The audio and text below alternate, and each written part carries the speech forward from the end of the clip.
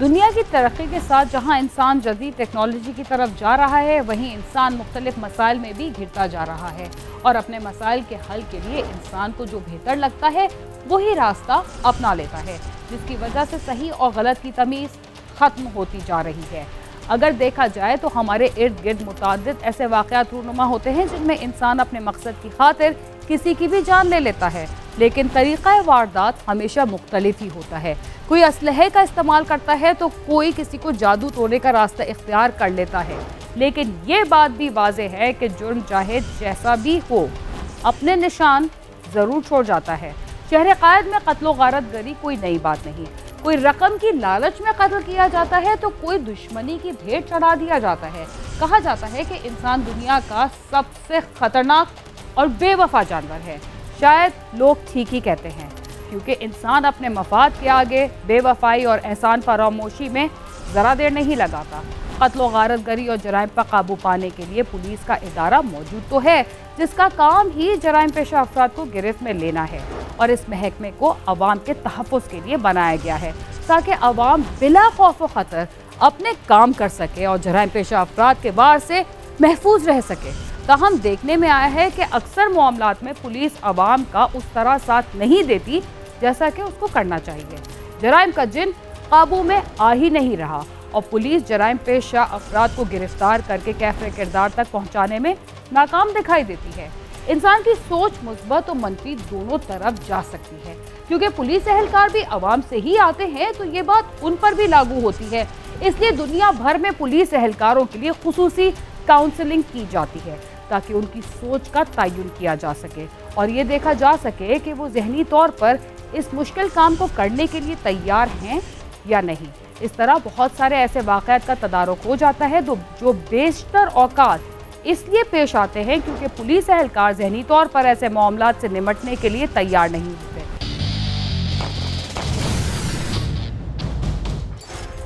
आज के दौर में इंसान हालात से ज़्यादा ख्यालात में मुब्तला हो चुका है। यही वजह है कि अगर किसी को बीमारी आ घेरती है और उसके घरेलू मामलात भी ख़राब होते हैं तो वो बिना कुछ सोचे समझे खुद को बुरे असरात के ज़ेरे साए समझने लगता है। आज इंसान की सोच की इंतहा तो ये हो चुकी है कि वो अपने साथ होने वाले मसाइल के हल के लिए किसी तांत्रिक या बाबा को ढूंढने निकल पड़ता है और अपनी ज़ाती रंजिश या खुद में पैदा होने वाले गुस्से के बायस इंसान किसी को भी अजियत दे सकता है या किसी की जान ले लेता है, लेकिन इल्ज़ाम बुरे असरात पर डालते हुए कहता है कि मैं अपने हवास में नहीं था। ऐसा ही एक वाक़या कराची के इलाके न्यू टाउन की गौसिया कॉलोनी में पेश आया, जहां एक जुनूनी शख्स ने अंधाधुंध फायरिंग करके 2 अफराद की जान ले ली। जाबहक होने वालों में एक पुलिस एहलकार भी शामिल था। क्या था यह मामला और क्यों सरेआम 2 अफराद को गोलियां मारी गईं, आइए जानते हैं।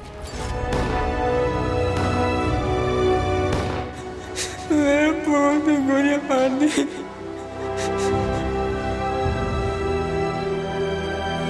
मैं अब्बू से बात कर रही थी, कान में वहाँ से गोलियां चल गई, मैं वहाँ से भाग गई। बहुत तकलीफ है बेटा, बहुत अच्छा था, बहुत तकलीफ है।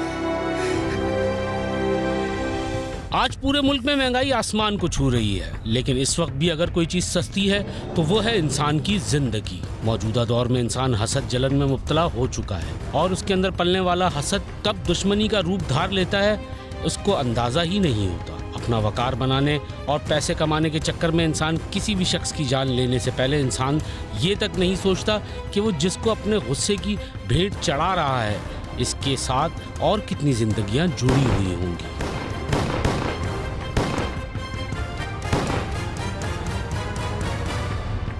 शहर में हर वक्त गहमा गहमी रहती है। इसी तरह न्यू टाउन के इलाके गौसिया कॉलोनी में भी रोज़मर्रा की तरह लोग अपने कामों में मसरूफ़ थे कि अचानक एक शख्स आया और होटल पर बैठे 2 अफराद को गोलियों से भूनकर चला गया। फायरिंग के बाद फौरी तौर पर जख्मियों को अस्पताल मुंतकिल किया जा रहा था कि दोनों अफराद दम तोड़ गए। जाबहक होने वाले अफराद की शनाख्त वहीद गुल पुलिस एहलकार और CIA में तैनात था, जबकि दोनों मकतूलीन का आपस में रिश्ता साले और बहनोई का था। गौसिया कॉलोनी में फायरिंग के वाक़े के बाद पुलिस के हाथों ऐसा क्या सबूत लगा जिससे मुलजिम की शनाख्त में आसानी हो गई और पुलिस की हैरानगी की उस वक्त इंतहा ना रही जब उनको इल्म हुआ कि मुल्जिम अपना ही पेटीबंद भाई है। उन्होंने क्या किया, आइए जानते हैं। वाकये की इत्तला मिलने पर पुलिस जाए वकुआ पर पहुंची और मकतूल वहीद के भाई की मुद्दइयत में मुकदमा नंबर 21559 दर्ज करके तफ्तीश शुरू कर दी और सबसे पहले सीसीटीवी फुटेज की मदद ली गई, जिसमें वाज़े तौर पर मुल्जिम को फायरिंग करते हुए देखा जा सकता था। पुलिस के मुताबिक फायरिंग करने वाला शख्स का नाम अमजद है, जो खुद पुलिस एहलकार है। इस मामले के मुतालिक बात करते हुए मकतूल के भाई सुहेल ने बताया कि हम घर पर थे, अचानक फायरिंग की आवाज़ आई, बाहर निकल कर देखा तो भाई और बहनोई की लाशें पड़ी थी। हम लोग घर पे थे, संडे का दिन था, तो भाई की ड्यूटी लगी रहती थी, कोई छुट्टी वगैरह नहीं होती थी भाई की। तो घर पे थे हम लोग, फायर की आवाज़ आई, शाम ईशा के टाइम था, 8 से 9 के दरमियान का टाइम था। तो फायर की आवाज़ आई तो नीचे उतरे कि क्या अल्लाह खैर करे, क्या हो गया। जब देखा यकीन नहीं आया, मेरा भाई यहाँ होटल के पास मरा पड़ा हुआ था। दोनों का किसी चीज़ में भी लिंक नहीं था और ना किसी चीज़ में मैटर था इनका आपस में, ना कोई ख़ानदानी दुश्मनी है।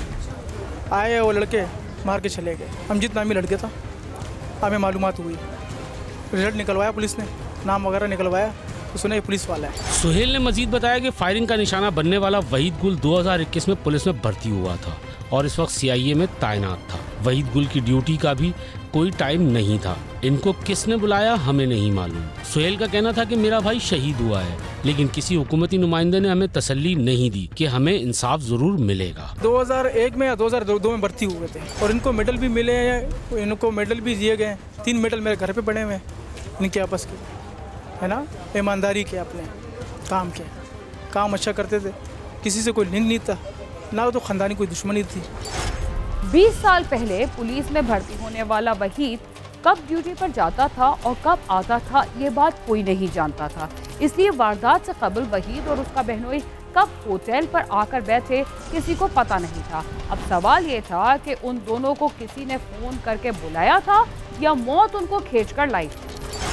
सरेआम फायरिंग से जाँ बहक होने वालों के घर में जहाँ सोग मनाया जा रहा था, वहीं गम और गुस्सा भी देखने में आया। मकतूल के भाई हनीफ ने बात करते हुए कहा कि मेरी मोबाइल की दुकान है, फायरिंग की आवाज़ आई तो मैंने बच्चे को देखने भेजा, जिस पर पता चला कि भाई और बहनोई को गोलियां मारी गई हैं। 8:30 बजे का टाइम था, फायरिंग की आवाज़ आई तो मेरे सामने मोबाइल की शॉप है, तो आवाज़ आई, मैंने हस्बे मामूल हो सकता है किसी ने फायर की होगी, तो मैंने लड़का भिजवाया, मैंने बोला देख क्या यार क्या माजरा, देखा तो यहाँ रश लगा हुआ था।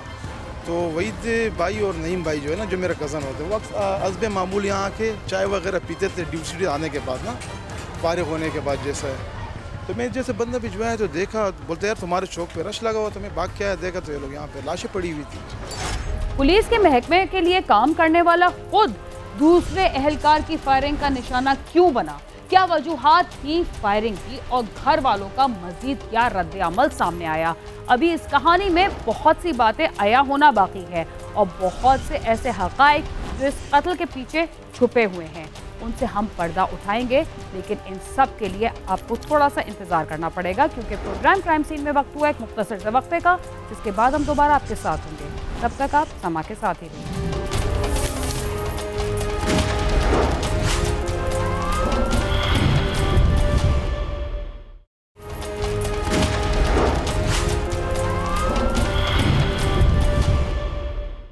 प्रोग्राम क्राइम सीन में एक बार फिर खुशामद। वक्फे से पहले आप देख रहे थे कि वहीद और उसके बहनोई को अपने ही पेटीबंद भाई ने कैसे कत्ल किया। इस हौलनाक कत्ल के वक्त मौजूद एनी शाहिदीन का क्या कहना था और दूसरी जानिब गम से निढाल अहले खाना किस तरह आला हुकाम से इंसाफ की अपील कर रहे थे, आइए जानते हैं। फायरिंग के वक्त दोनों मकतूल जिस होटल पर बैठे थे, इस होटल के मालिक ने बताया कि दोनों चाय पी रहे थे कि एक बंदा आया और फायरिंग कर दी। इसका कहना था कि किसी ने कुछ नहीं किया, पिस्तौल के खौफ से हर बंदा डर जाता है। जी खुला हुआ था, होटल खुला हुआ था, कारोबार यानी स्टार्ट था, हम चाहिए भेज रहा था, ये हादसा पेश है। वो तो बस ये हुआ था ना, इधर कैमरे लगे हुए, वो उसको चेकअप करा दो, एक बंदा आया यानी फायर किया, ये 2 बंदों को मारा, चला गए। हर बंदा छुप जाते हैं, पिस्तौल की सामने कौन छुटेगा। पुलिस एहलकार और उसके बहनोई की मौत सबके लिए तो अफसोस का सबब थी, लेकिन मकतूल वहीद गुल की अचानक मौत उसकी मासूम बेटी नबीला के लिए एक भयानक ख्वाब बनकर रह गई, क्योंकि जिस वक्त दरिंदा सफर शख्स ने फायरिंग की, नबीला अपने बाबा के साथ फोन पर बात कर रही थी। पुलिस एहलकार और उसके बहनोई की मौत तो सबके लिए अफसोस का सबब थी, लेकिन मकतूल वहीद गुल की अचानक मौत इसकी मासूम बेटी नबीला के लिए एक भयानक ख्वाब बनकर रह गई है, क्योंकि जिस वक्त दरिंदा सिर्फ शख्स ने फायरिंग की, नबीला अपने बाबा के साथ बात कर रही थी। मैं अब्बू के साथ बात कर रही थी, कान में वहाँ से गोलियाँ चल गई, मैं वहाँ से भाग गई। अपने बेटे की मौत का गम मनाती माँ की आंखों से भी अश्क रवां थे। इनका कहना था कि मेरे बेटे को जालिम लोगों ने बुरी तरह मारा है। वहीद के छोटे बच्चे हैं जिनका अभी दाखिला करवाया था। वहीद के इंतकाल के बाद कौन इनको पढ़ाएगा? तभी चले गए, कौन पढ़ाता है बच्चों का? इतना बड़ा बड़ा फीस काम से आ रहा था, वो अचानक मार दिया, इंतकाल हो गए। छोटा छोटा बच्चे आए, कोई भी नहीं है, बेटी है, न शादी की है न कुछ किया था। वहीद गुल की मां का मजीद कहना था कि उन्होंने अपने बच्चों को मना कर रखा था कि किसी से कोई दुश्मनी ना करें और इसका किसी से कोई झगड़ा नहीं था, लेकिन जिसने वहीद को मारा है इसका नाम अमजद है और वो भी अपना था। बहुत तकलीफ है बेटा, बहुत अच्छा था, बहुत तकलीफ है। इसने कुछ नहीं किया, क्यों मारा? न झगड़ा किया था, न बात किया था, न किसी को धमकी दिया। वो बहुत खराब मारा था, पिस्तौल में अमजद मारा, ये अपना था। गौसिया कॉलोनी में अचानक 2 अफराद की मौत ने सबको ही गमजदा किया हुआ था, लेकिन वहीद गुल के बच्चों का दुख समझना बहुत मुश्किल था, क्योंकि इनके सर से बाप का साया उठ गया था। वहीद गुल के बड़े बेटे जवाद ने बताया कि वो 7वीं क्लास में पढ़ता है और इसके वालिद इसको पुलिस में भर्ती करवाना चाहते थे। इसका कहना था, हमारा कोई आसरा नहीं, हमें इंसाफ चाहिए। जैसे आ रहा तो ऊपर उसने गोलियां मार दी, मेरे बुगुल ने गोलियां मार दी, मेरे बुगुल ने गोलियां मार दी। अपनी जॉब पे लगाना चाहते थे, पुलिस में लगाना चाहते थे।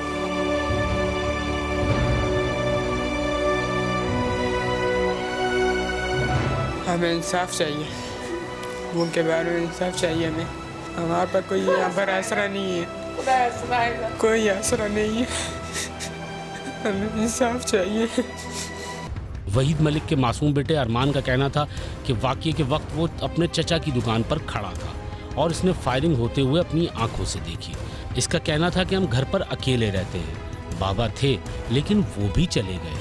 मैं अपने चाचू की दुकान के सामने ही खड़ा हूँ तो मुझे सब दिखते हैं। मेरी बहन है, उसे पैसे पता क्या बोल रही थी, कुछ बोल रही थी, मैं देख रहा था। मैं भी उतर रहा था, डायरेक्ट मेरी वो कौन आया, डायरेक्ट गोलियों से अब्बू को मारा और मेरे मामू को भी मारा, चला गया।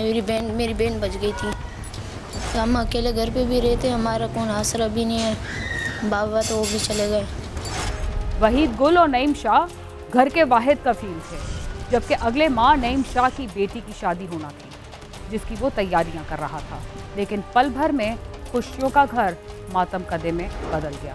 जिस दीदा दलेरी से मुल्जिम अमजद ने फायरिंग की, उससे साफ जाहिर होता था कि काफ़ी अरसे से मुल्जिम अमजद के अंदर इंतकाम की आग जल रही थी, लेकिन वहीद गुल इस बात से बेखबर था। वहीद गुल और नईम शाह घर के वाहिद कफील थे, लेकिन अगले माह नईम शाह की बेटी की शादी होनी थी, जिसकी वो तैयारियां कर रहा था।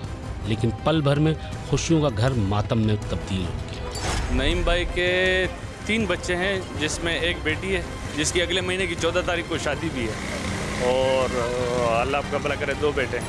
इंसाफ चाहिए, मौजूदा गवर्नमेंट वफाक हो या सिंध हो, मैं उनसे अपील करता हूँ कि यार हमें इंसाफ चाहिए, जल्द से जल्द चाहिए, हमें वो बंदा चाहिए।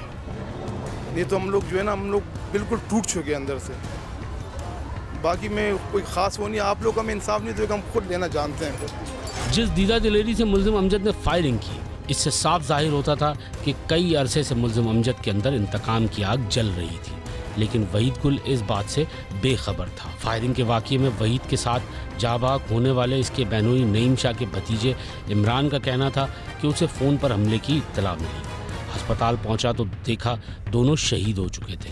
अपने काम करता मैं, तो मुझे फ़ोन पर इत्तला आई फिर मैं उसके बाद जो है ना लियाकत हॉस्पिटल पहुँचा हूँ, तो जहाँ मैंने देखा मेरे चाचा और बहनोई दोनों शहीद हुए पड़े थे। तमाम घर वालों से मिलने के बाद हमने इलाका मकीनों से मकतूलीन के बारे में जानने की कोशिश की।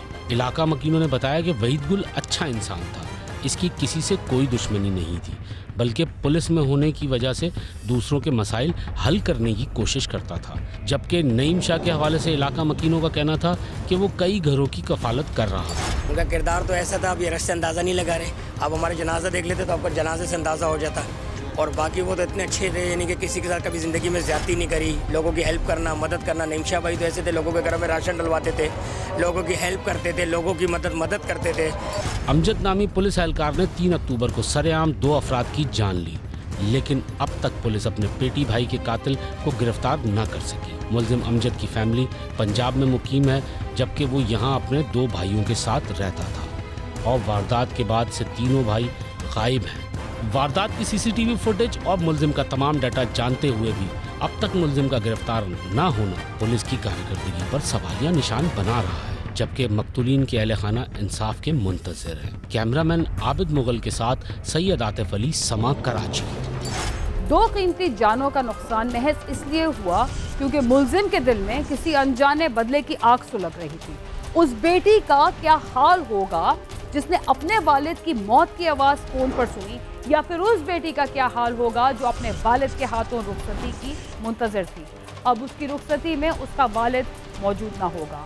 इन चिरागों को बुझाने वाले अभी तक पुलिस की गिरफ्त में नहीं आए और 2 खानदान इंसाफ के मुतलाशी हैं। ये दिल दहला देने वाला वाक़या किसी देही इलाके में नहीं पेश आया, बल्कि कराची जैसे बड़े सनती शहर में सरेआम पेश आया। मुलजिम भी आम शहरी नहीं बल्कि पुलिस एहलकार है, तो आम शहरी अगर अदम तहफ़्फ़ुज़ का शिकार हो रहे हैं तो ये कोई अजीब बात तो नहीं। इसके साथ ही क्राइम सीन अपने इख्तिताम को पहुंचता है। अगर आप हमसे रब्ता करना चाहते हैं तो हमारा पता है cs@sama.tv। इसके अलावा आप ट्विटर, फेसबुक और यूट्यूब पर भी हमसे रब्ता कर सकते हैं और हमारा प्रोग्राम भी देख सकते हैं। रीना खान और क्राइम सीन की टीम को इजाज़त दीजिए और देखते रहिए समा।